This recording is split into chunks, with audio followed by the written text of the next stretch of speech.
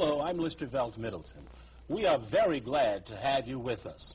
At the beginning of this century, Dr. W.E.B. Du Bois predicted that the problem of the 20th century is the problem of the color line.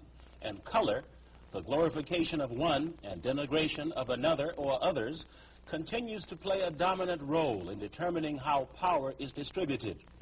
But what are the tools that have been used and are being used to maintain black-white power relationships? And how are words and images being used to control thought and action among people of African descent in the United States and around the globe? When and how does an African become a Negro? How was the myth of white superiority created in the modern world, and how was it projected back in time?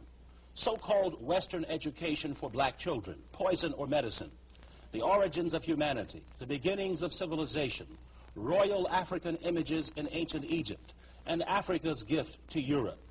Just some of the topics we'll explore with Dr. Asa G. Hilliard III, the Fuller E. Calloway Professor of Urban Education at Georgia State University. Dr. Hilliard is the former Dean of the School of Education at San Francisco State University. A highly respected educational psychologist, Dr. Hilliard was involved with the court case that outlawed IQ testing for black children in California. Dr. Hilliard recovered with Julian Richardson, George G.M. James' seminal work, Stolen Legacy, the African Origin of Greek Philosophy. Dr. Hilliard, what does it mean to be black in America from a psycho-historical perspective? It's important for blacks in America to know history.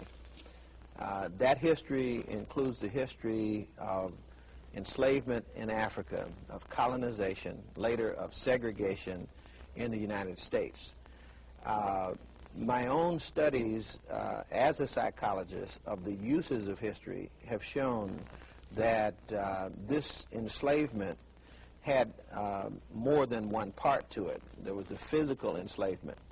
But the only way that physical enslavement would work is that the mind also had to be enslaved. And there were a series of processes that I call the dynamics of domination.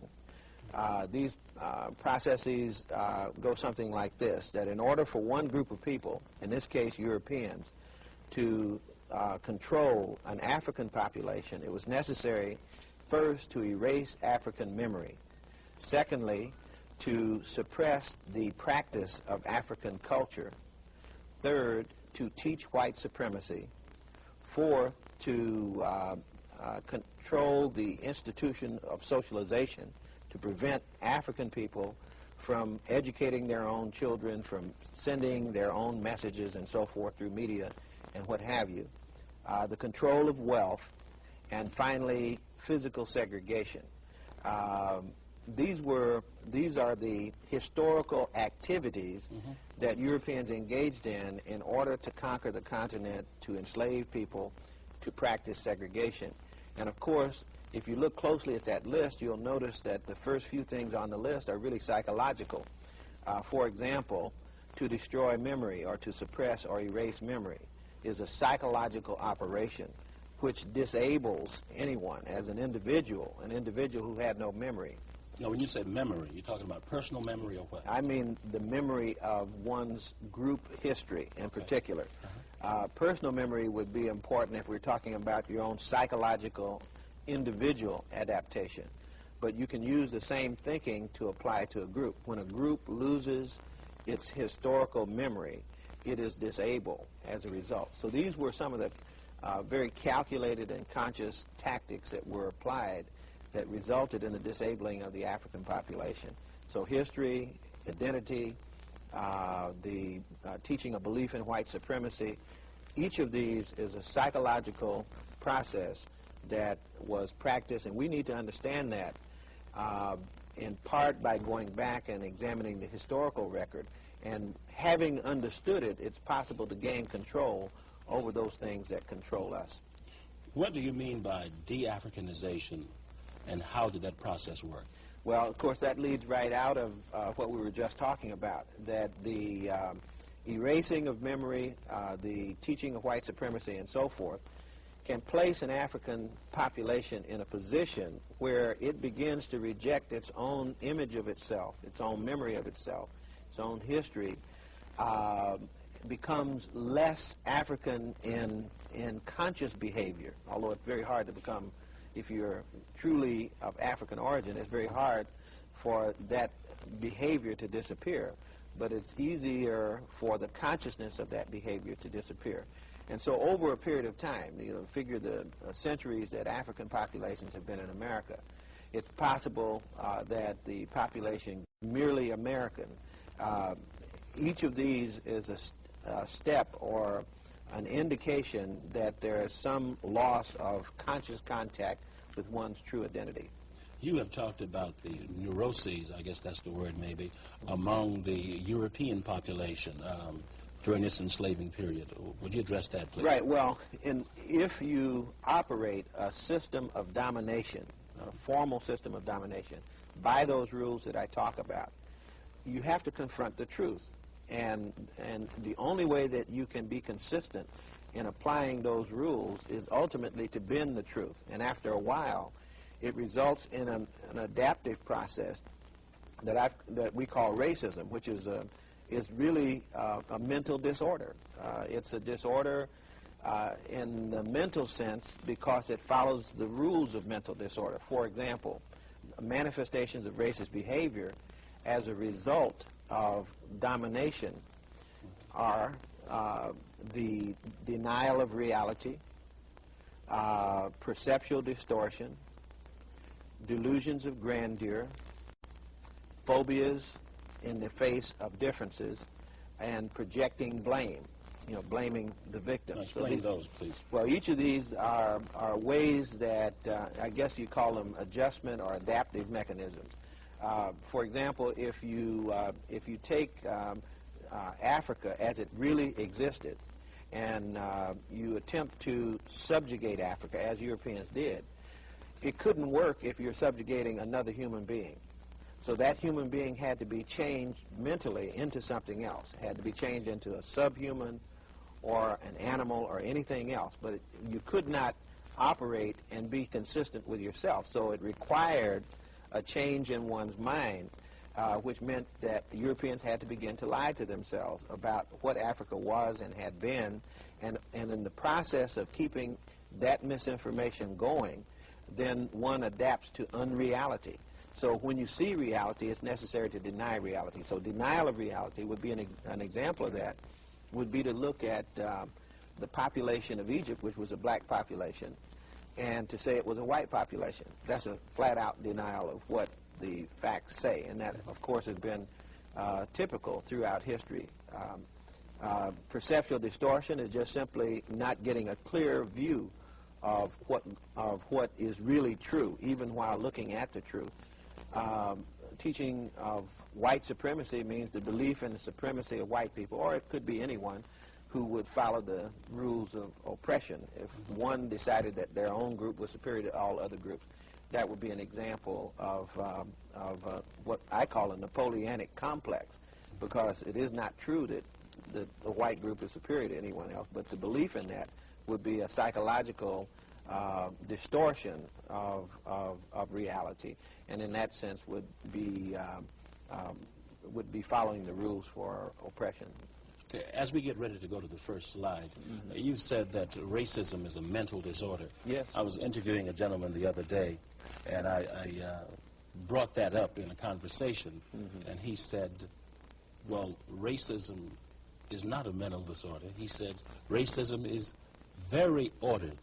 He said that whites, Europeans, know exactly what they're doing, that racism is a political and economic convenience. How do you respond to that? Well, I think it depends on who you're talking about. If you talk about I think of systems as having designers, as having advocates, as having players, and as having pawns. This is from game theory, and I borrowed that from Bob Williams, who analyzes systems in that way. Everybody is not a game maker or a game designer.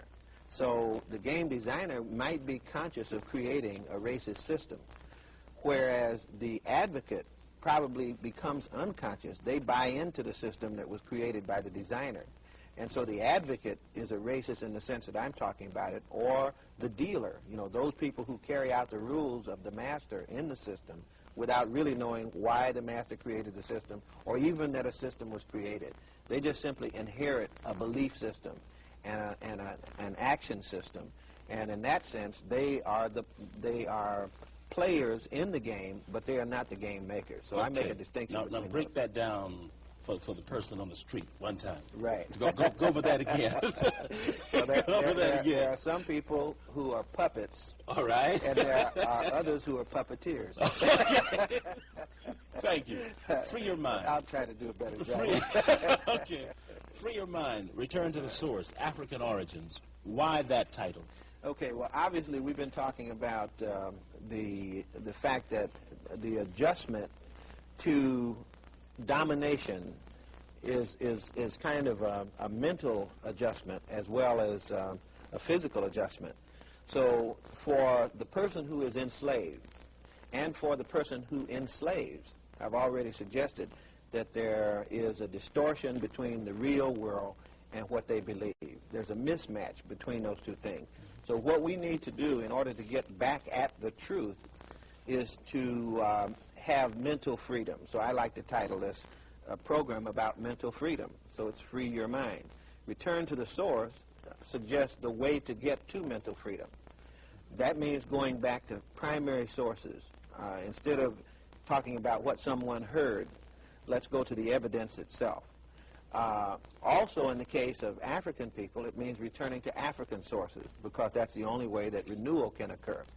And then, of course, African origins refers to the fact that Africa is the home of many things, and most of us don't know that. And it's been things have been said about Africa that make us believe the opposite of that. We don't believe that Africa was a creative place, that it was a teacher. We believe that Africa was always a recipient, a student of other people. And so African origins, which is the source, one of the sources, by considering those African origins, it's a way to free the mind of oppressor and oppressed. I have a short section that I call the defamation of African people, and the reason that I do this is that it's important to establish the fact that some of the things I said are true, and we won't have time to go into many of these, but I'll just show you an example of the perceptual distortion, the denial of reality, the attempt to erase history, the attempt to oppress culture. All right. In 1910, the Encyclopedia Britannica had an article in it about Negro. This would be one of many examples of how African and other people get information about themselves. And here's an example. I actually took a photograph of that article. And if you'll notice in the second underlined paragraph on that article, it says, mentally, the Negro is inferior to the white. Then it goes on in that article to talk about the fact that as children, our children were okay, they were bright, smart, well-developed, but that as black children and white children grow older, black children become dumb and white children become smart.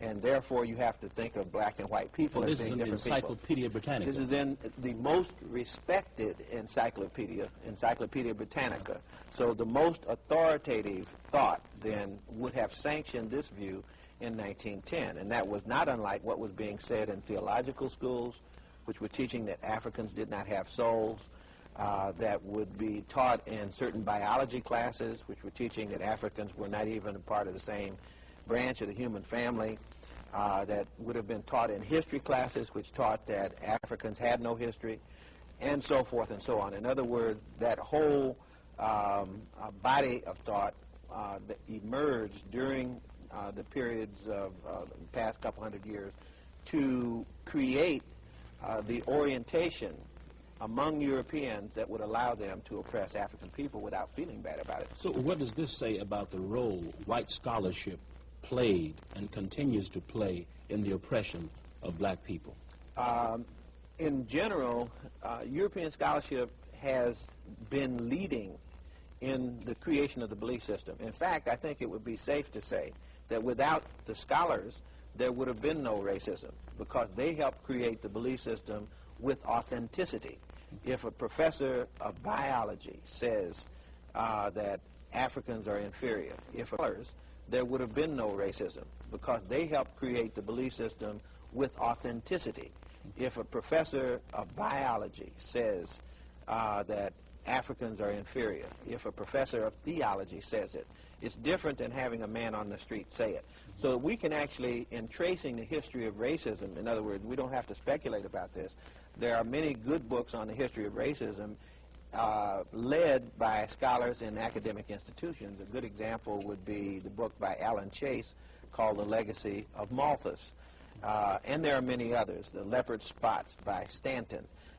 There are many books that study the seminal role that scholars have played in creating these images of Africans. Once again, why did the slave master attempt to de-Africanize the African? Well, it's very important. Anyone who studies the function of culture, what culture does for a group of people, knows that culture glues a group of people together so that you have group unity. So that in the for the slave master to be successful, he had to destroy group unity. And the best way that he could destroy group unity was to destroy that which held the group together, which was the group's own identity, way of life, historical memory, or, in short, to destroy the group's culture. Why should a people 400 years physically removed from Africa be concerned about their Africanness? For the same reason that I was trying to explain in terms of why the slave master chose to attack the culture of the slave. If the slave is to be liberated, the slave must affirm that culture, must go back, recapture, incorporate, use their own native cultural forms as the base for creating a brand new life. Well, you know, with Malcolm X, he quoted somebody one time saying, you know, I didn't leave anything in Africa. You know, I'm not an African. That's true. You know?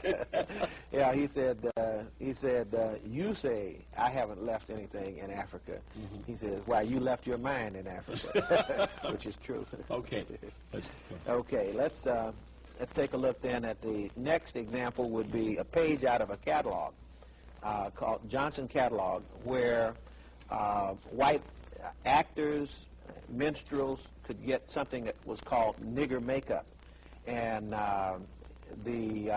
this was circulated all over the country, and for years, actually for almost 50 years, one of the most popular forms in entertainment in America was this minstrel. So here is a white actor, in this case Al Jolson, and we need to see the whole slide. Okay. Al Jolson, who is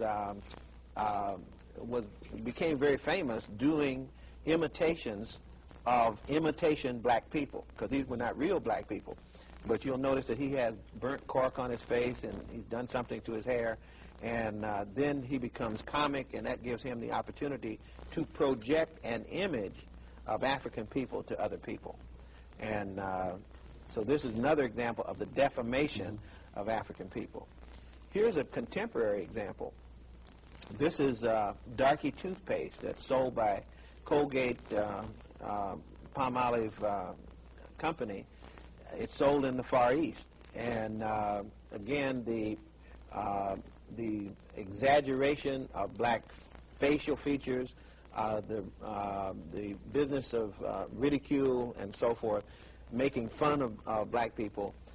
You see that happening right now, and in fact, there's an article in the Atlanta Constitution showing the reaction of some groups to the fact that Colgate Palmolive Company sold this stuff in the Far East. When they were asked about it, according to this news article, they said... What year? This would have been, I think it's 1986, if I'm not mistaken. Okay. They said, when asked about this, well, there's no black people over here anyway to see this, and it's not offensive to others, so we're going to go ahead and sell it. So the last word I had is still being sold. James Baldwin has said that many times what you say about someone else says more about you than about that person. With this in mind, what was the commentary that whites were making about themselves when they blackened their faces? Well, you know, there's a real interesting book called Blacking Up. And it really examines the psychology of white people who blacked up. Blacking up means putting on the burnt cork and doing minstrels. At one level, you could say it's creating entertainment and making fun of black people. But what this book talks about from first-hand interviews with people who used to do that was they actually had an identification with the black culture, sometimes with black people.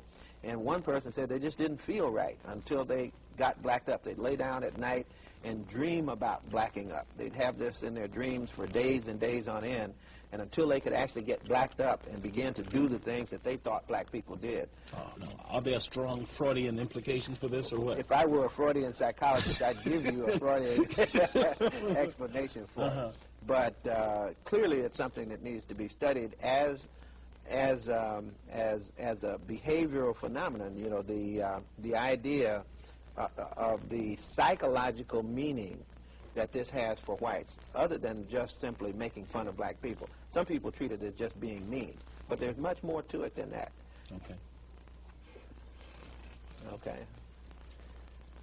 Okay, let's, here's another example. There are a few more. I'll just run through these because our interest is in some other things, but this is an example of postcards that used to be sent through the United States Mail. I have hundreds of these. This says, "A coon trees a possum in Dixie." So it's making fun of the black male. Sapolio. This is the use of the watermelon as a stereotype with black face in it. And this was an advertisement for soap. And this is happening around what period? Well, it happened up, and it's still happening, quite frankly, but you'd see most of these in the 20s, 30s, 40s, in the 50s, and even into the 60s. You'd see a lot of advertisements like these. Even now, you still see sold in stores the little man who holds the lantern outside for your lawn, you know, a little black figure who holds the lantern as a servant. This was a textbook that was used in the late 1800s. 10 Little Niggers, actually used in schools as a textbook. In this country? In this country, yes. It would be interesting to go through the pages of this textbook and see the stories, because they're even more objectionable than the title suggests, but we just don't have time to get into it. But again, if African American children have to rely on these images for understanding about who they are and where they have come from, then you can see that we are putting into the African American mind information that will distort reality. So all of these images were designed to do what? To defame black people, to, as you say, de-Africanize black people, to turn the African into something other than an African. Okay. For the purposes that we talked about a little earlier, to destroy the cultural base in order to destroy the political unity of the group. Okay. Okay, the question was asked in a magazine article some time ago, the television, because now we want, you know, you were asking earlier, how long ago was this? And I indicated that these things continue to happen even in 1987. Does television have a secret formula for blacks? And we see the Jeffersons as one of the most popular programs on TV. And this is the picture that talks about what that formula is. It appears that on American television, virtually all of the programming that is done about black people is programming that is written by white people. You know, there are very few exceptions to this. And these are some of the authors of those programs, like the Jeffersons, like Fred Sanford and Son, and so forth. So what we have in black images on television is white people's images of what black people are or perhaps ought to be. Which is a continuation of the minstrels. Which is a continuation of the minstrel. And so we'll see it. Let's see what kind of images they like. They like images like this, Fred Sanford, like this, J.J. You remember how prominent J.J. was? I think he's back on television again. Is he back on? He's back on. He has a family now, I think. He has okay. But he's doing the same things in all probability. Let's look at what happens as a consequence of that over time. Then African American children, looking at the negative images of African people that are shown, cannot develop positive images of themselves. So then they seek images that are positive by looking at other people besides themselves. Okay. Okay, that was just a brief introduction. We could have done hours just on that part alone. and there's really a need to go into that kind of thing much more in detail. But this is the part that you want to get to. This is the part that I want to get to. Okay. Okay. But my wife told me that I had to put that other part in, or people wouldn't know why it was necessary for me to go into this part. Okay. The next section is a section that we call Africa as the Cradle of Humanity. And there's a need to talk about this because until recently there's been very little acknowledgement of the fact that the human family was a single human family. You know, a few years ago, 100 years or so ago, there were many theories about the fact that that human beings actually started separately in different places on the earth. That black people started in Africa, white people started in Europe, yellow people started in Asia. Polycentric, polygenetic theory. Many origins for human beings. Well, I think that's been pretty thoroughly discredited now, and as they began to search for what was called a monogenetic origin, or a single origin for all people, that there's really only one human family, and that's what I think almost everybody believes right now, that as they began to search for this one source of the human family, the chauvinism of the people who were doing the searching at the time, those who were searching were European. So they wanted this human family to originate in Europe, or they wanted its fullest development to be European. So they began to search in Europe for ancient fossil finds, ancient bones. Never really were able to go back very far. In fact, as far as they were ever able to go back was about 500,000 years. Then the search for this human ancestor shifted to Asia, and it was very intensive. The search could only go back to about 1 million years. And then this search shifted to Africa. They were looking in all these places at the same time, but they really wanted to find the oldest bones in Europe, and if not Europe, then Asia, and finally in Africa. And of course, Africa is now recognized by virtually everyone as the home of the human family. And it starts back about 5 million years ago.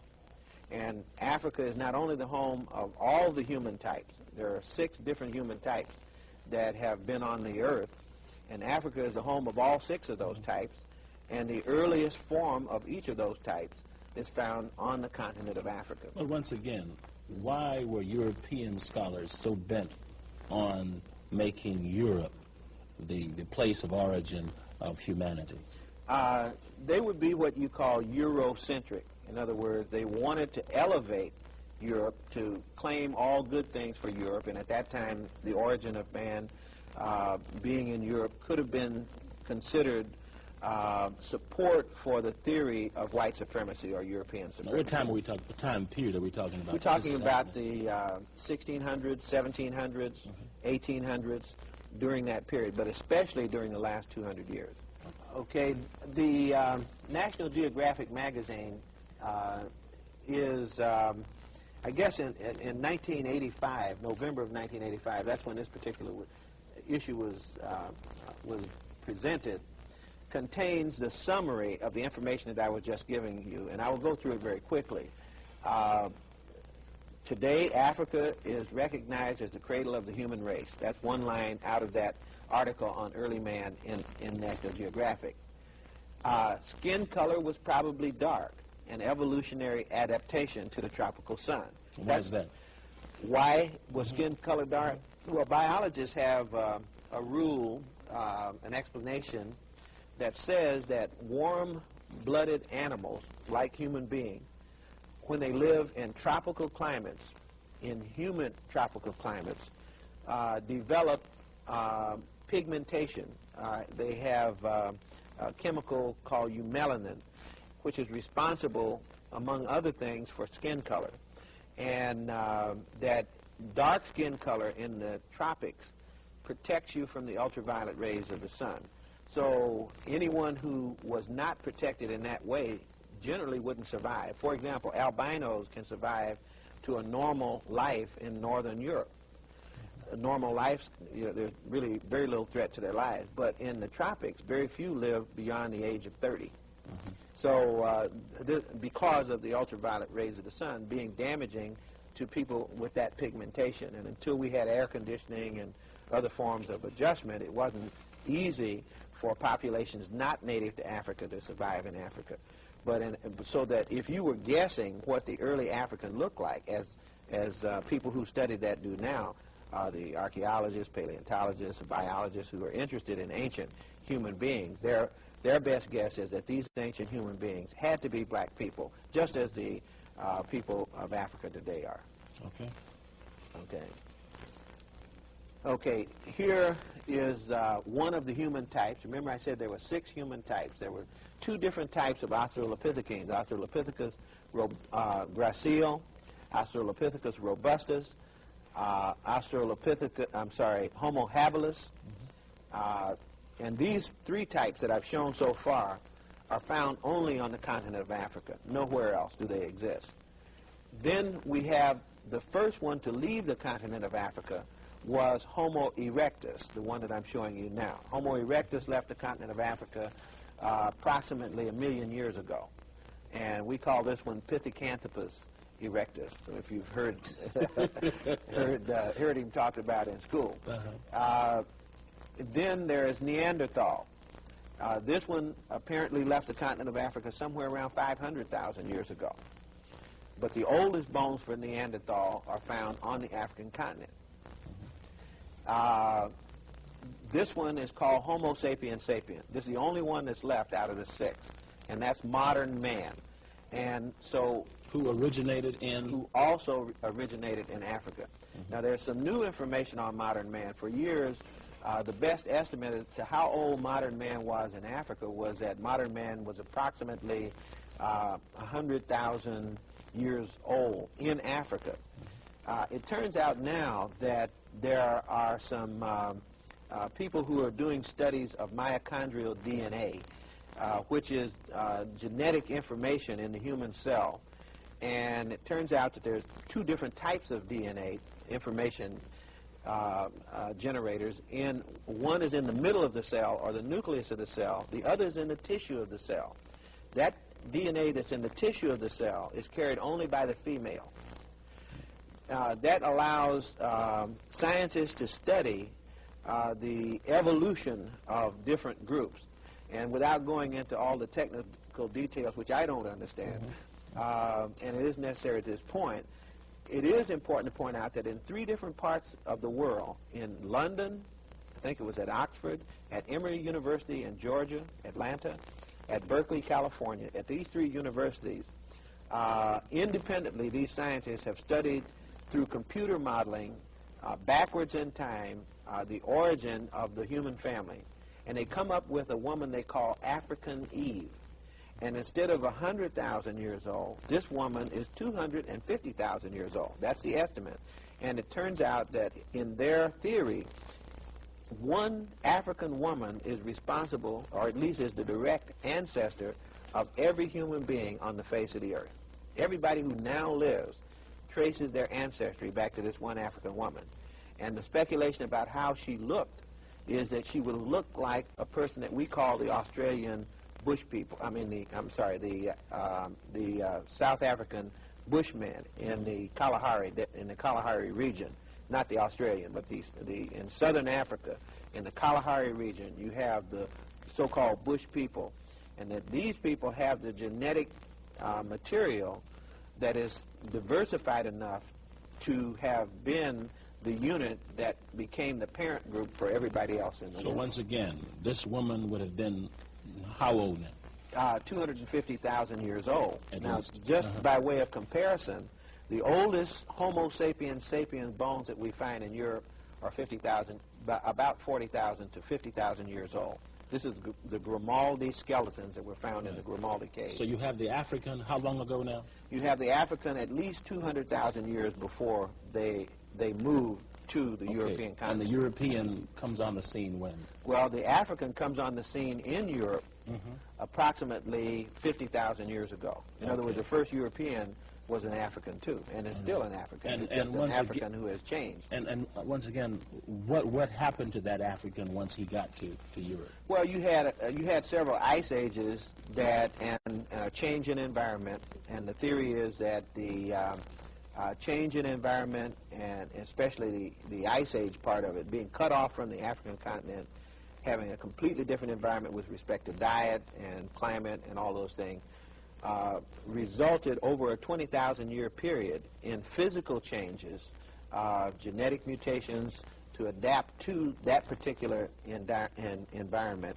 And about 20,000 years or so ago, we have changes sufficient that we look and see distinct people when they really aren't distinct in that sense, in the sense of having groups that can't interbreed. That's what one of the biological definitions of race is, that groups can't, a dog and a cow can't have offspring, so they would be different strains, but varieties of the same family, so that the European that resulted was merely a depigmented African. Okay, let's go on. Okay, if you notice, all these fossils that I was talking about, and this is just a sample of some of them, are located in Africa, mainly in the same place. They all are located with their center around Lake Victoria or Lake Nyanza. And so you'll see that they're in Ethiopia, they're in Tanzania, they're in Uganda, down in Mozambique, and so forth. These are the places, but mostly in Kenya and Tanzania. These are the richest fossil finds. But I'm trying to show that they're tightly packed together in one place, and that's all of the types are generally, you would say that they had their home in the equatorial region of Africa. And then later, they moved northward down the Nile Valley. Remember, the Nile is about 4,000 miles long. And so that was literally a highway down which these populations over various times migrated. At least 3 of them migrated far enough to leave the African continent. Okay. Okay, so far what we've talked about is the defamation of African people and examples of that.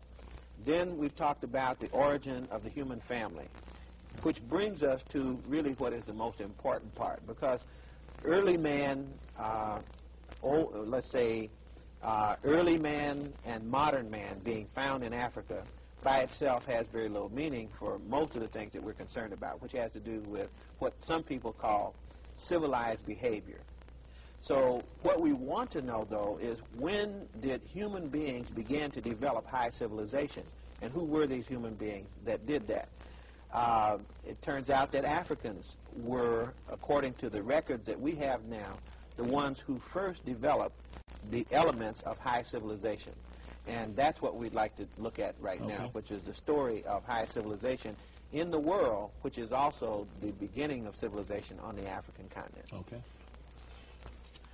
Okay, let me come, before we go to that particular slide. Go to the card here? Yeah, let me go to the card, and I'd like to explain what we'll be talking about over the next few minutes. This is a time chart of that period of the development of recorded civilization. What this means is that something was happening before 4000 BC. We're going to pick up the story right around in here. But even before 4000 BC, according to ancient African oral records, things were going on as far as 25,000 BC. They say that the age of one of their nations goes back that far. But we're just going to confine ourselves to the records that exist and not merely to oral testimony. And so to do that, we're going to look at a timeline that starts back here, let's say around 4000 BC, comes all the way up to the present. And let's see what was happening in the world and put some things that we know next to some things that we may not know about. This side is Africa, and this side is Asia and Europe. Okay? In Africa, the oldest nation that we find, and also in the world, because there are no nations over here that are this old, the oldest nation in the world is in Ta Seti, or was named Ta Seti, land of the bow. And it's located in Nubia, under the waters of the Aswan Dam. Now, this Ta Seti is covered when they built the Aswan Dam. United Nations Educational and Cultural Organization, with the cooperation of the United States and several other nations, rescued the artifacts by digging in the graves and everything, and pulled up bodies and pottery and what have you, enabling us to discover that long before Egypt, or Kemet, which starts as a nation here, long before Kemet, you had another nation, Nubia, which is the parent of Kemet. So that 3500 BC to about 3100 BC, you had Kemet in operation. And the physical description of the kings of Ta Seti, the physical description of them, is that they are tall and that they have Negroid appearance. Their bodies were found. And they were located in Nubia, which has always been the home of black African population. And the Nubians still exist? Nubians still exist. Would you describe them for us? You were in Egypt recently. Probably the darkest people in Africa are Nubians, anywhere on the continent. Even when you go down into southern Africa, they become more brown-skinned. But when you get to that part of Kenya, in parts of Ethiopia, but especially in Nubia, you have a very, very dark population. And they created what now? This is Ta Seti.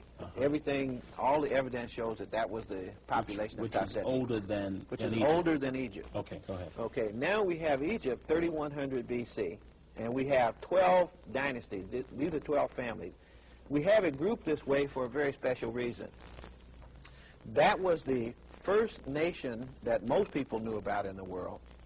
And for the first 1,000 years of Kemetic existence, or Egyptian existence. So Kemet is Egypt, except that the old Egyptians never called their country Egypt. They called it Kemet.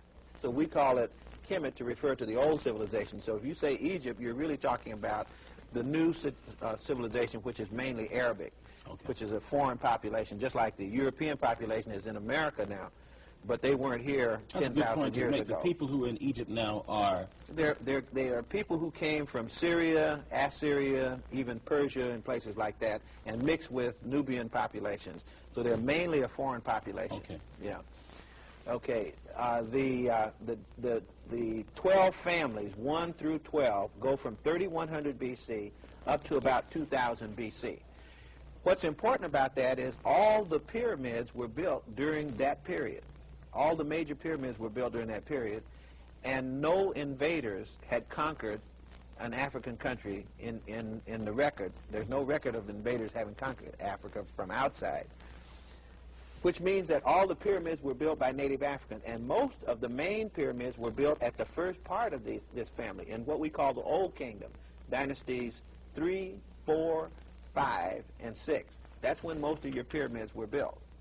So that when you get down here to Dynasty 11 and 12, which is the Middle Kingdom, see, this would be Old Kingdom, Middle Kingdom, New Kingdom. This is when you read Egyptian history. Now, when you say pyramid, some people might not have an appreciation for that structure. We're talking about a structure that's 48 stories high. You're talking about the Great Pyramid, and that was one of the first pyramids, by the way. The pyramids got worse as they began to build more of them. They did a poorer job. Okay. But the first pyramid was a step pyramid, and then there were a couple of pyramids by the founder of the 4th dynasty, Seneferu, whose picture we will show. And his son, Khufu, built the Great Pyramid. Now, that pyramid is the 48-story building. Okay. And that's 2200 odd BC or so, right? It would be right. It would be around 2200 BC. Okay. It's built out of 2 million limestone blocks, 2,200,000 to be more precise. and each one of those blocks weighs about 2 tons apiece. And it's still standing. It's one of the only wonders of the world that you can still go back and see today. So what's important is that the Pyramid Age, a high-tech age, a technological age, which showed that Africans were architects, engineers, astronomers, and so forth, occurs here, and you have nothing like it anywhere else in the world going on, only on the African continent. And then we have an invasion here. Now, where is Europe during this time? I mean, where is there is no Europe during Greece? this time. There is no Greece during this time. You will not get a Greece until approximately at this point. In fact, you don't have. Now, when you say there is no Europe, you don't mean that land doesn't exist. The land exists, but right. what I'm saying is you don't have organized nations on the human record. There are no records of nations at that time. You have people there, and you have land there, but you have no organized nations. So what we call Europe as a concept is either a continental civilization or a nation or national or a series of nations that did not exist as an idea or during this period of the Pyramid Age. It did not exist. We'll begin to say something about Europe over here. Let's look at the invasion, though. This is the first invasion from Asia. That invasion was a very destructive invasion. In other words, they brought nothing other than the horse and the chariot. That's the only innovation that historians attribute. This is around what time? This would be shortly after 2000 B.C., about 1700 B.C. or so. This group, the Hyksos, came in, and they stayed there for a while, about 150 years or so. Abraham came in about that time. Now, this is not to say that Abraham was a Hyksos. We don't know who Abraham was. But in the Bible, according to oral history, Abraham came in around 1750 B.C., which would have been about the time of this invasion from Ur of the Chaldees.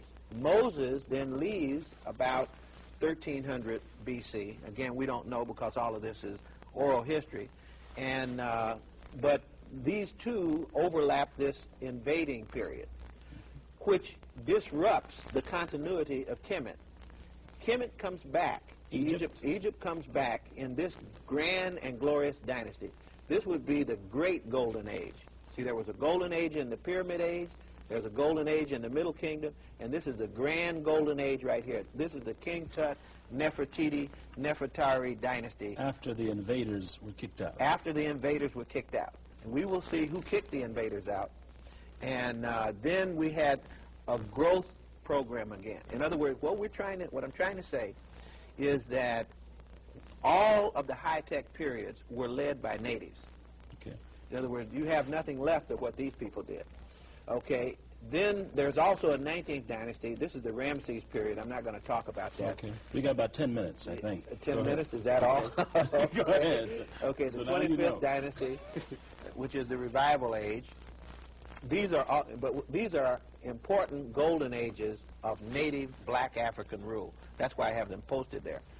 It's also important to notice that we have the first intrusion of Greeks into Africa here. This is the period of Alexander the Great through the Ptolemies, and then the Roman period starts just before Christ and comes up to here. So you have a 300-year period here of Greek rule, about a 300-year period of Roman rule. This is 600 years of foreign rule of Kemet.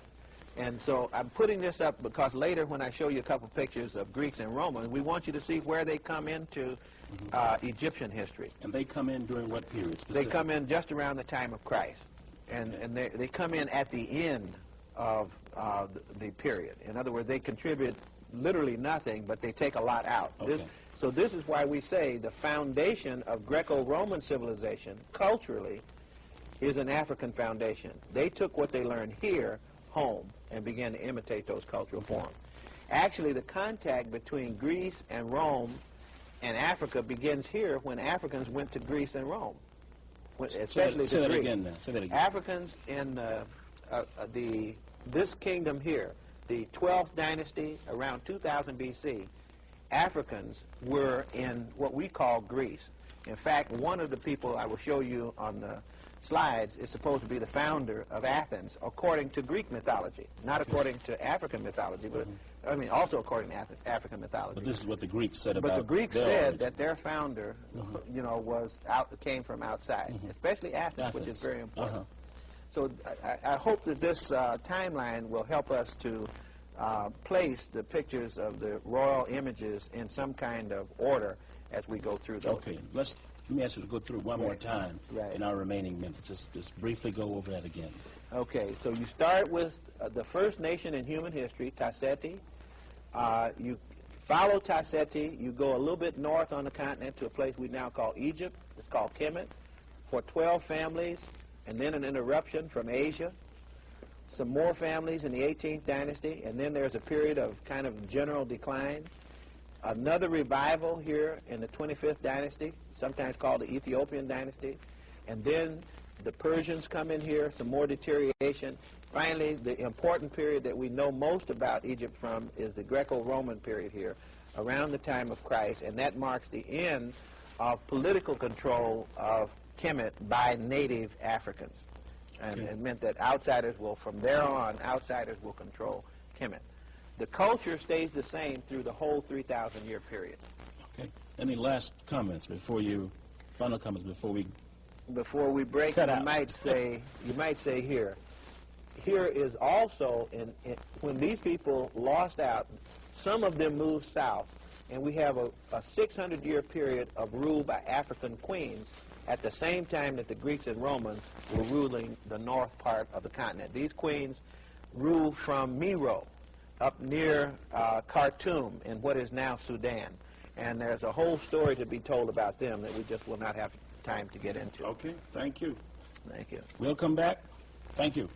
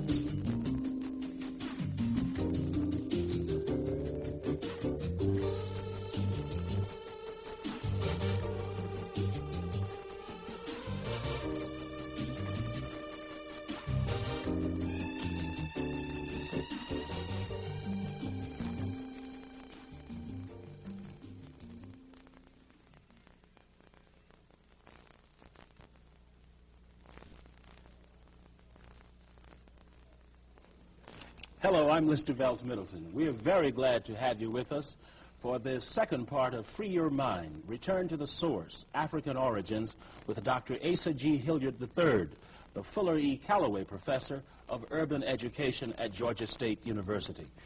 Dr. Hilliard, would you address the cultural unity on the African continent, please? Okay, I'm glad you asked that because many viewers will want to know why is it that you spend so much time doing the history of Egypt or Kemet when African populations in America, they believe, came from West Africa, and they can't see a connection between West Africa and East Africa. So I need to make. So they believe that the real Africans are the West Africans, and the others, anybody but the. That's right, and that's simply not true. What Professor Sheikh Anta Diop of Senegal, who died recently, was able to show through careful study and through his own personal experience, as well as many others who have studied Africa, is that while you may have physical differences as you move from one African population to another, just as in Europe, Frenchmen and Scandinavians look physically dissimilar in some respects. In Africa, you had physical differences, but you had cultural unity. In other words, the way of life of African people on one side of the continent is, in many respects, quite common to the way of life for African people on the other side. So there was a thread. So there's a thread. So I can show this by the kind of migratory pattern that you see here in this slide that comes from the penguin map of Africa, the penguin atlas of Africa. You see what looks like smoke drifting across the continent from the right side to the left side down something called the Sahel corridor. What that really is a map of population migration, showing that the people of West Africa originally migrated from the east. So it's to be expected that they would share in a kind of cultural unity. Not only did they migrate from the east, but they constantly moved back and forth between east and west, also between north and south. This map happens to be dated at about 2700 BC, showing from the Nile Valley this tremendous migration into West Africa. You can also do analysis of language in West Africa and analysis of language in East Africa, as Dr. Sheikh Anta Diop has done, to show the common core. People moving back and forth across the continent. So the idea of separate people on the continent itself is an idea that was introduced mainly by European scholarship, either through misunderstanding or through a deliberate attempt to divide and conquer mentally. That's exactly the point. That's exactly the point. Okay, let's take a look then after that at the what we can call the royal images and the divine images in ancient Africa. And the reason for showing these divine and royal images is that during the periods that I talked about, the high-tech developmental periods in Egypt, all of these images are the images of African natives, black African natives. And the reason I emphasize the black and the Africanness is that many scholars have said that that wasn't true. They've said that Egypt was white and that it had nothing to do with Africa. And I'm trying to show through these physical images that that is simply not true. Sure. Here's an example of the Sphinx that we all know from the front. The name for this statue is Hor-em-Akhet, not the Sphinx. It was renamed by Greek travelers with a Greek name, which we call it today, the Sphinx. But Hor-em-Akhet is a picture with a human head and a lion's body. We don't know if it's a man or a woman. Some people think it's one of the pharaohs who built one of those pyramids, Ka-af-Re.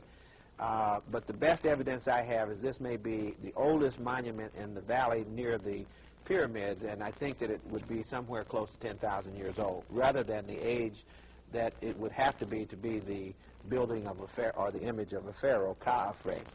Now, if we go around to the side of that monument, which is the theme picture for this series, we see the physical features in even better perspective as far as trying to identify the racial makeup of the population of the Nile Valley. And quite clearly you get what is supposed to be so-called Negroid or high cheekbones, the thick lips, and even with the nose missing, you know, from this angle, you can see that this is a typical African profile. That nose and the beard that were on this statue are now in the British Museum. Let's talk some for a minute. Why Egypt? About why Egypt is so important. What is so great about Egypt that white scientists, scholars, etc., wanted to make it a European country? Because Egypt is the oldest and the most highly developed technical civilization in the history of humanity. From which flowed the civilizations throughout the rest of the world. And in terms of achievements, whoever developed Kemet or Egypt is responsible for the initial leadership in civilizing the world, laying the groundwork for civilization throughout the world. That's right. And specifically, we're talking in the areas of what? Mathematics? We're talking mathematics, astronomy, we're talking chemistry. Chemistry, for example, is named after Kemet. It comes from Kim, or chemistry. We're talking religion, we're talking philosophy, we're talking all genre of literature, such as the epic play, the poem, everything, the arts and the sciences, grammar, rhetoric, logic, arithmetic, astronomy, geometry, and music, what have you. All of these reach their perfection in Kemet, and then were transmitted throughout the rest of the world. All right. And so whoever is associated with that is identified then with a particular tradition. And it became, Europeans did not want Africans to be identified with this tradition and preferred to identify themselves with it. Okay. Right. Now, this is an example of the imitation. You remember I talked about the age of imitation being the Greco-Roman period. Here's an example of imitation. Here is an image of the Sphinx, and that's clearly not the same as the one we just saw, which is the oldest. That one that you just saw is at least 2,700 years before Christ, and probably 10,000 years ago. But here's one that had to have been done either during the Greco-Roman period, or in this case, it wasn't done during the Greco-Roman period. It was done as a part of the architecture of the Rosicrucian Museum in San Jose, California. Yesterday. Right. But when they carved this image, they carved it in the image of a European rather than an African. And this is how information gets distorted. Okay. Remember we said divine images were always black and African. This is Osiris, the first crucified Savior, has the shepherd's crook on his arm. He was known in history as a good shepherd, has the flail in his hand. He was married to Isis, his sister, or Aset. His name was Asar. The Greeks called him Osiris. His wife's name is Aset. The Greeks called her Isis. And their son is Heru. The Greeks called him Horus. The Greeks wound up worshiping Isis, and she became the major figure in European religion up until the birth of Christianity. So that there is an African foundation for the Christian faith. Because when Christianity came in, then they had to have a virgin just like Isis, and she became Mary. In fact, the early images of Mary had her looking like Isis. Okay. So these would be some of the divine images of ancient Kemet. But some of the royal images of ancient Kemet. On the other one, yes, Isis was shown on television some years ago. She was shown as a white woman on television here in this country, and looking more like Wonder Woman than like she actually did in her African carvings or paintings. Right. Okay. Okay, then we have God Ptah. This is just one of many gods. Again, they look, all of these look like African. And most of these images are either not shown or they're shown out of context. So it's a little hard for people to associate the blackness of the image with the civilization of Kemet and that civilization with the people of Africa. What did the Africans say about who they were? I mean, these Egyptians. The Egyptians were very clear about who they were. They said, we are Central Africans. They said, we came, our home is at the source of the Nile River, at the foothill of the Mountain of the Moon, which places them somewhere near either Kilimanjaro or Mount Rwenzori. They said that our home is the Holy Land. They call it Ta Netcher, Ta Nuter, which means Ta meaning land, and Netcher or Nuter meaning God's land. So the land around Somaliland, Punt, in later terminology, was in the minds of the ancient Kemites the Holy Land. So that was their home, and you find all during Kemetic history their orientation, their physical orientation to the south. They always look to the south just to get their bearings for their map. They also look culturally to the south. And at no point is there any evidence in Egyptian history that they claimed an Asiatic or a European origin for themselves. That's what they said. Okay. Right. Okay, we have another picture of a god. This is God Geb. Again, these are divine images, and I could show many. The older they get, the more like African people they are. The newer they are, the more like the people who copied African people That they is, are. the further back you go The in further time, back you go in time, the more African they look. Okay. Right. Okay, let's take a look at some of the actual African images, like this African king, the first king of Kemet. Of Egypt? Of Egypt. His name, Mena.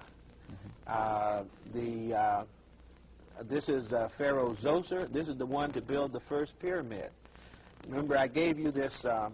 Let's put them on this chart here in perspective. These kings are in this pyramid age, which is here in the Old Kingdom. Okay, the kings that I'm showing you right now. Okay, let's say that again. These are the Old Kingdom kings, and the pyramid age is right here at the beginning of dynastic Egypt. Notice again, we have no Greeks. Abraham is not there yet, but these are the kings who are building pyramids. This is the king who built then the first pyramid. His name, Zoser. Okay. Here is the king who built the first true pyramid. His name, Seneferu, and he's the founder of the fourth family, or fourth dynasty of kings in Kemet. Now, when you say true pyramid, what do you mean? A true pyramid, well, the first pyramid was actually a group of brick benches stacked on top of each other, so they look like steps. The true pyramid is the one that has these smooth sides and it meets certain technical specifications. Okay. But this was the first true pyramid, and it looked like the Great Pyramid, except they weren't quite perfect yet. It was his son that actually built the Great Pyramid. Whose son now? Seneferu's son. Okay. The image, this man's son here, Okay. Seneferu. And again, look at the facial features. He looks just like African people. This is his son, Khufu, the only statue that we have, or carving of Khufu that we have. He built the Great Pyramid. This is the one who built the pyramid next to the Great Pyramid. His name is Khafre, or Khafre. And, Greeks changed his name to Sephrin. This is the one who built the third pyramid. There's the group of three pyramids in Giza. And there are about 80 pyramids in all, but there are three in Giza that we usually see grouped together, and these are the three kings who built those three pyramids. Again, if you look at the pyramids and then you look at these three three kings, according to those carvings, are according to the image that we have of native Africans. They are native Africans. They are Africoid, Negroid, black kings of Africa. Now, I'm skipping. Let me move back to this time chart Back to again. the chart. Okay. Because Let's hold on 1 minute. Let's let our cameras get in place here. Right. Okay. Okay, Go do we ahead. have it here? Okay, this is the pyramid age here. And then there's a gap. There's a breakdown in here. Disunity, disorder. And then there's a new family that emerges in the 11th dynasty. First, the Mentuhoteps start the 11th dynasty. And so the 11th and 12th family are called the Middle Kingdom. So I'd like to show you some Middle Kingdom pharaohs. Okay. Let's take a look at this. This is the Middle Kingdom pharaoh. Again, very dark, very Nubian. This is Mentuhotep, who is the Middle Kingdom pharaoh. And the Mentuhotep family founded the 11th dynasty, and all those kings that ruled in the 11th dynasty generally were called Mentuhoteps. Then we move to the 12th dynasty, and we get to a very important pharaoh. This is Pharaoh Senwosret I.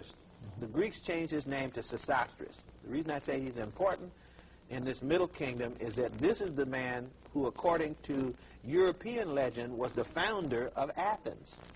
In other words, Now say that again. Yes, Athens, of course, was the great Greek city-state that most Europeans look to as the foundation of Western civilization because of all the things that took place there. And you did have a lot of great philosophers and others in Athens. But Athens itself, according to the mythological history of Greece, see, let's look at this chart again. Okay. Okay, here we have the 12th dynastic period. Around 2000 BC, we get actually a little earlier than that, we get Senwosret I. And it's at that point that these Kamites, or Egyptians, are found over in Greece. In other words, they're traveling all up into Asia and other places. And according to Greek mythology, at this point, which is the heroic age, see, you don't really get written European history until right here. Okay. This is the first time. That's Homer, Okay, and who that's writes about the what period? Iliad and the Odyssey. This will be about 850 BC. But we're saying that before Homer, they call that the heroic age because that's where you have to have fairy tales about history and so forth. But in their fairy tales about history, the founder of Athens is this Kemetic king that you see over here on the Egyptian slide. African king. Yes, his name in Greek, they call him Kekrops. So if you read the history of Greece, you'll read that Kekrops founded Athens. So look for Kekrops. Kekrops. Well, Kekrops is the Grecian name for this pharaoh whose first name is Kepakare. So Kepakare becomes Kekrops. So Kepakare Senwosret I, who is one of the early pharaohs of the 12th dynasty, is the founder of Athens, according to the best research that we have right now. And this would be what people call today, biblically speaking, your pharaoh. This would be one of your pharaohs. Right. Right. Okay. Now here's Senwosret the first. Again, this is Kepakare again, the same pharaoh. There's another picture of it. But I just wanted to show you. Where did you get that one from? I haven't seen I that one. I know you haven't seen it. I've been holding back on it. I just got this one this year. I got this year in the Cairo Museum. This is a beautiful statue. Just as you go inside, he's standing off to the left. There's not much information about him there, but his name is attached to the statues. Pharaoh Senwosret the First, Ka-Kepare. So there's not much information about him there. Why is that? You're talking about a pharaoh. Well, there's a, if you go through the Cairo Museum, one of the interesting things is there's more information sometimes about scribes than about major pharaohs. Why?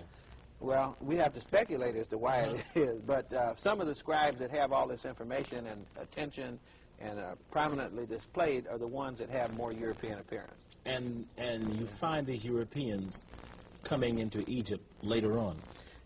Europeans, you mean in terms of studying Egypt? Right, studying and the scribe, study of Egypt by Europeans began with Napoleon. He could be considered the founder of Egyptology.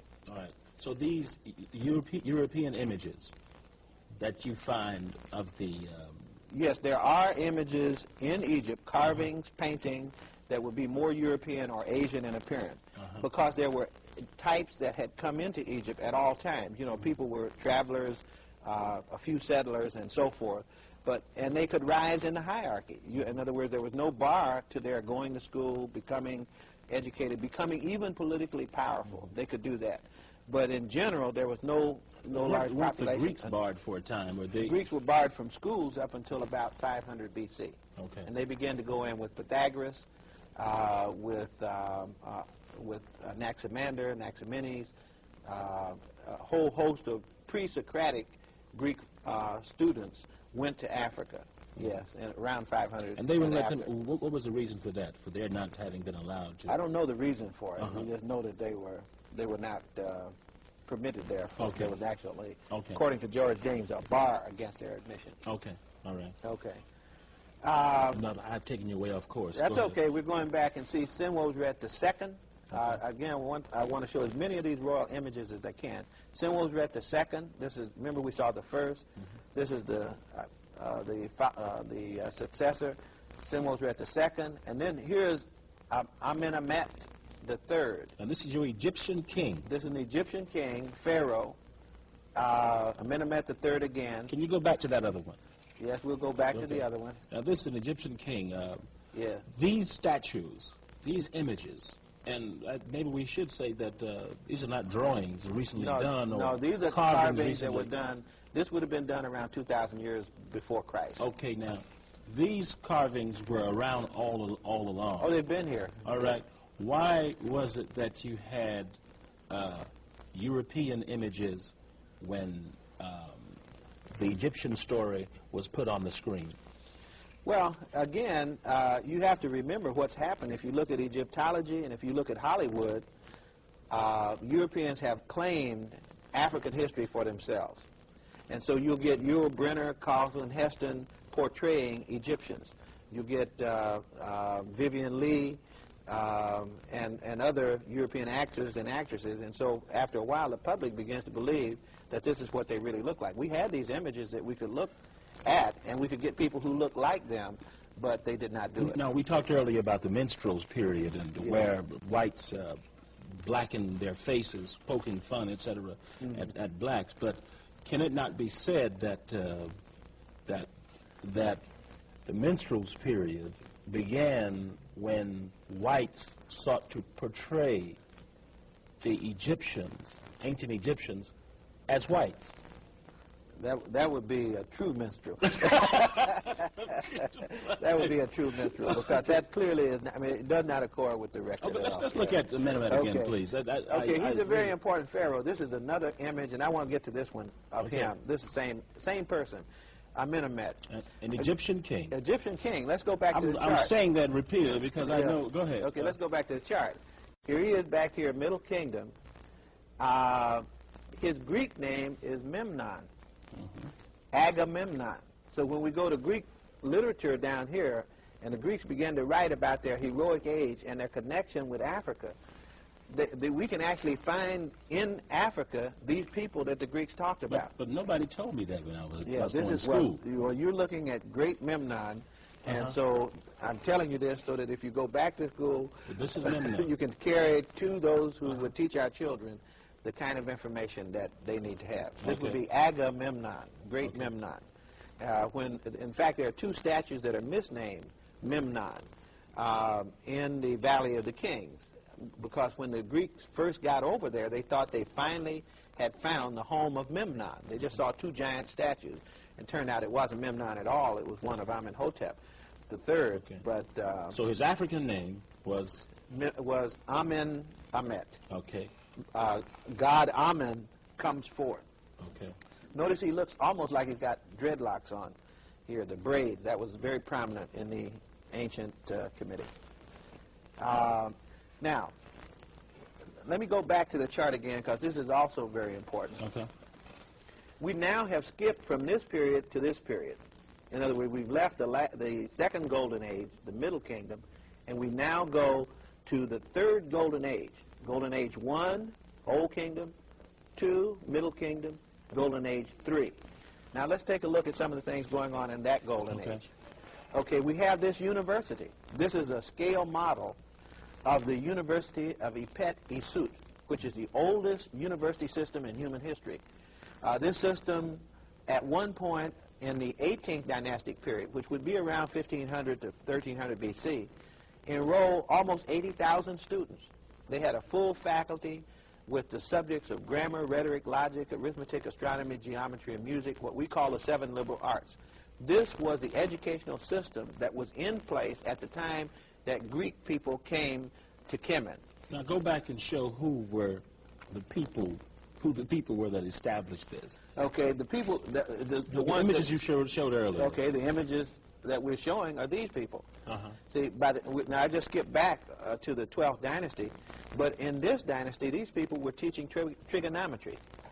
In other words, we have papyri with math problems on them, the Rhine papyrus, the Moscow papyrus, with problems on them. These papyri were written in the 12th dynasty, and they had problems not only in geometry, but also in trigonometry. That just gives you an example of how much how highly developed mathematics was. So if that was the king, you can imagine how the population looked. Of course, yeah. Okay. Well, we have pictures of the population, too. Now, this is the University of Epet-Isut in the city of Waset. Waset meaning the scepter. Epet-Isut meant this was the most select place. And this is now called the Temple of Karnak. So if you go to Kemet today, to Egypt today, you will see the remains of this temple, the giant pillars, which provided the model for the Acropolis, the Parthenon on the Acropolis, all these Greek structures, and what we call Greek architecture in Washington, D.C., are really copies of this architecture that was produced in the 18th Kemetic dynasty. This is the man who designed that structure. In other words, this is the man who was the architect for Karnak, and he was also like the president of the university. His name is Amenhotep, son of Hapu. This now we skip again. Going back to the chart? We're going back to the chart because what I want to show is that this dynasty that has Epet-Isut in it was actually started here by this man that we will now see. We will see the first mummy that I've shown you. In fact, the only mummy I'm going to be able to show you today. But his name is Seqenenre. He starts here. He moves these Hyksos out and begins this golden temple age that I'm talking about. Okay? Now, this is Seqenenre. Now, I'm showing this because all the mummies of the royal the royal mummies of these golden ages are black people. Big argument about whether they were really black or whether they were only black because of the embalming process, which prompted Professor Diop from Senegal to conduct a melanin dosage test. In other words, there's a way to tell on mummy skin as to whether this really is a black person or not. And his test is very simple, which is that you take the chemical ethyl benzoate and you treat the skin, put it under a slide, put it on a slide, a microscope, and a 100-watt bulb, and the melanin molecules, granules, will fluoresce so that they can be counted. And tightly packed melanin granules will be indicative of black skin, and if it's white skin, it'll be less melanin. And the melanin does not deteriorate over time. So if it was a black person when they lived, that melanin is still in the remains of the mummy. And so he actually did that kind of study on mummies in Paris at the Museum of Man, and found that these were indeed black people, but was never given permission to examine the rest of the mummies in the Cairo Museum. Okay, would you talk about Set for a minute? I want to make a point. Set. Set was the brother of Asar or Osiris. And Set, that's the first Cain and Abel story. Set killed Osiris, cut him up into 14 pieces. Some people say 28 pieces. Got rid of his body, and then that body was sought by Isis, who collected the pieces back together again. And well, first he was just simply killed, and then she brought the body back, and when she did, Set decided he would cut up the pieces because he feared the resurrection of his brother. He scattered those pieces around. Isis went out and gathered these pieces together again. And Osiris was resurrected, and his son avenged his father. Horus actually fought with his uncle and became Lord of the world. That's the So Set was the evil one. Set was the evil brother. Okay, I asked that to actually talk about that because, you know, the Journal of African Civilization had an issue with Dr. Diop, where he talked about mentioned the fact that the ancient Egyptians would kill on sight anybody that had red hair. And I was reading the New Larousse Dictionary of Mythology, and there was a segment there on Set. And he said that it says that Set, the evil one, who later became, I guess, Satan, was wild with white skin and red hair. So does it make sense that a people would, if they're black, you know, would they make their, if they're white, would they make the devil white too? like themselves. Like themselves, right. Right. If people are going to draw negative images, they always project those images onto someone unlike themselves, right? Yeah. Okay. Yeah. Okay, let's see if we can do it. Do we have time for a few more go slides? ahead. Yeah, we got... Okay. This is Nefertari, who is the wife of the first king of the 18th dynasty, that great golden age. It's really important to have her because most of the people in the United States know about Nefertiti, but nobody knows Nefertari. And yet Nefertari was, in fact, a more prominent queen, was actually the mother of Kemet, was actually an ancient Egyptian rather than a Persian, which, according to some of the historians at least, Nefertiti was not really an Egyptian at all. Okay. Okay, this is the Temple of Hatshepsut that is in the Valley of the Kings, the first well-known woman to rule Kemet. They had several women who were the actual pharaohs of Egypt. And this is the temple of one, and this is the designer of her temple. This is Senenmut, the architect of the Temple of Hatshepsut in the 18th dynasty. This why you can see why I call it the Temple Age. This is her nephew, Tutmosis III. This is one of the high priestesses of the 18th dynastic period. This woman's name is, I picked this because it's such a well-preserved mummy, And if you could, I guess we don't have as clear a shot as I'd like, so you can see hair texture and all is still shown. She looks a lot like a Maasai woman. Her name is Anut Tawi, and that's also 18th dynasty. This is Amenhotep III, the father of King Tut. This is Amenhotep III's wife. Can you go back to... Yes, we'll go back to Amenhotep III. Yes. This is who now? This is King Tut's father.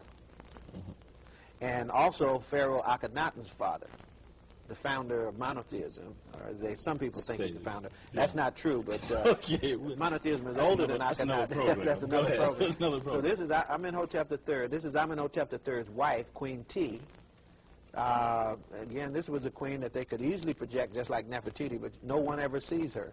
Where are these images? In the textbooks, etc.? They're not in the textbooks. They're in the Cairo Museum, in the archives. But and she was a very important queen. Now, this is Akhenaten, the son of that king and queen, who became pharaoh and developed a brand new religion and took Egypt in a different direction. This is his wife, Nefertiti. Now you can see why she becomes so famous. When you compare her to Nefertari or to Queen T, she looks more, she has more of the image of a European. She, in fact, according to historians, was Persian, and that she was supposed to marry Pharaoh Akhenaten's father, but he died before Akhenaten, before she could get to Egypt, and so she married the son Akhenaten instead. Now, even though she was Persian, the chances are that she was still African in the sense of race, as shown on this tomb of hers. That's also Nefertiti. Let me show Nefertiti here, and let's look at her tomb. Now, this picture of Nefertiti, we don't even know is Nefertiti for sure. It was found on the floor of an artist's workshop. But this is the most famous image of Kemet anywhere in the world. You say artist workshop, artist where? In Kemet. Oh, in Egypt. Okay. In Egypt, yes. Okay, then we have, this is the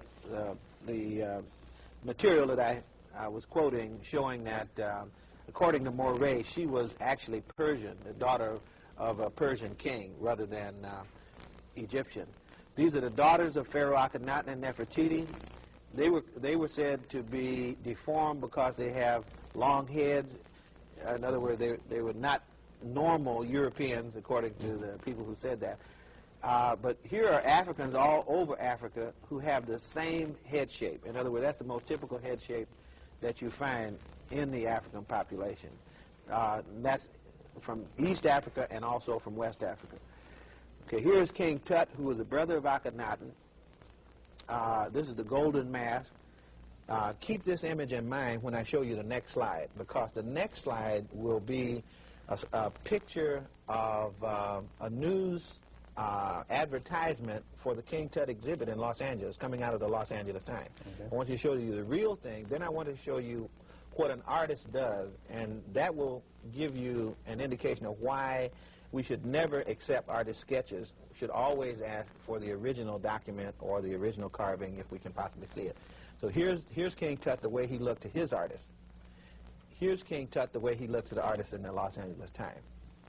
He's become Caucasoid. And we go back and take a look at the way he really looked. And then this is how he looked in the advertisement at the... he becomes white. He becomes white. And this happens frequently with the Egyptian figures as they appear in sketches. And this is the reason that we recommend against the use of sketches in textbooks, and wherever possible we ought to have photographs.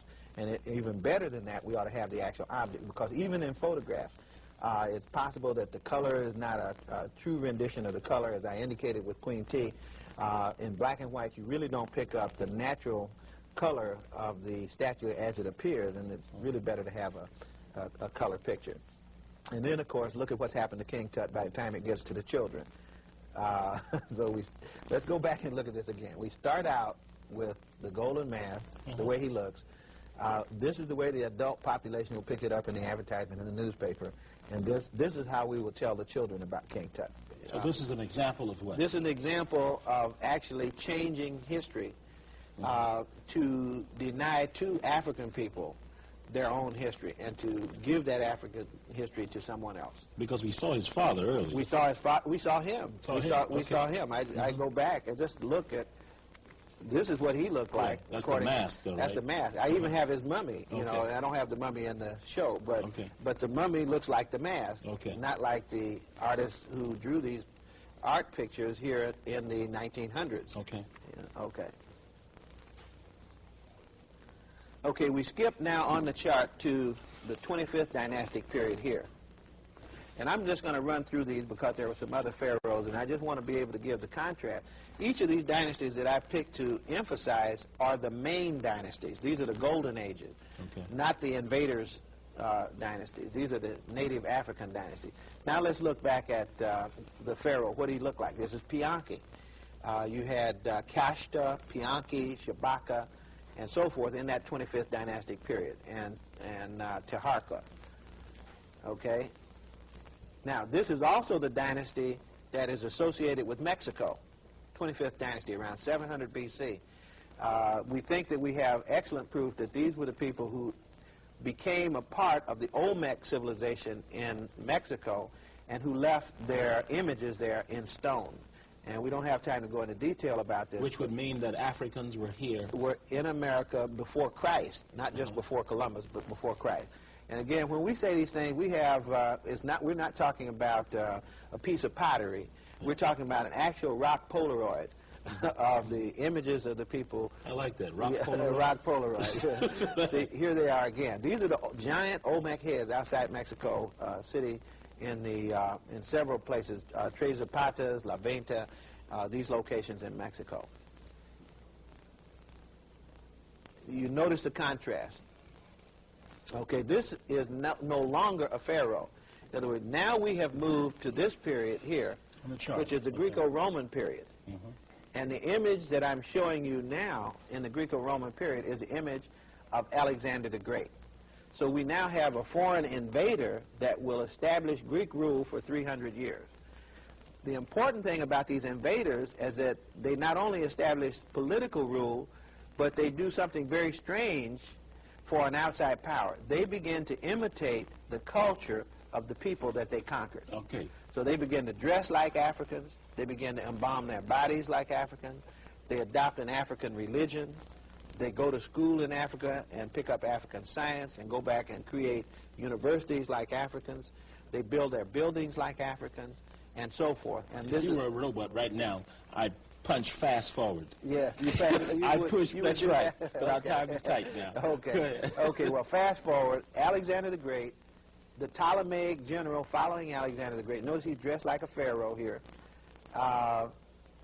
Here is the Ptolemaic pharaoh on the left being administered to by Egyptian gods on the Temple of Horus. So Ptolemaic pharaohs, you're talking about Greeks? Those are Greek pharaohs who began to recreate. They picked up all these temples that had been knocked down and rebuilt them, but they put their own images on these temples. So many people go to Kemet today and they see these images and they say, well, where are the we thought you said that these were African people, not knowing that most of those temples were refurbished in the time of the Greeks and the Romans.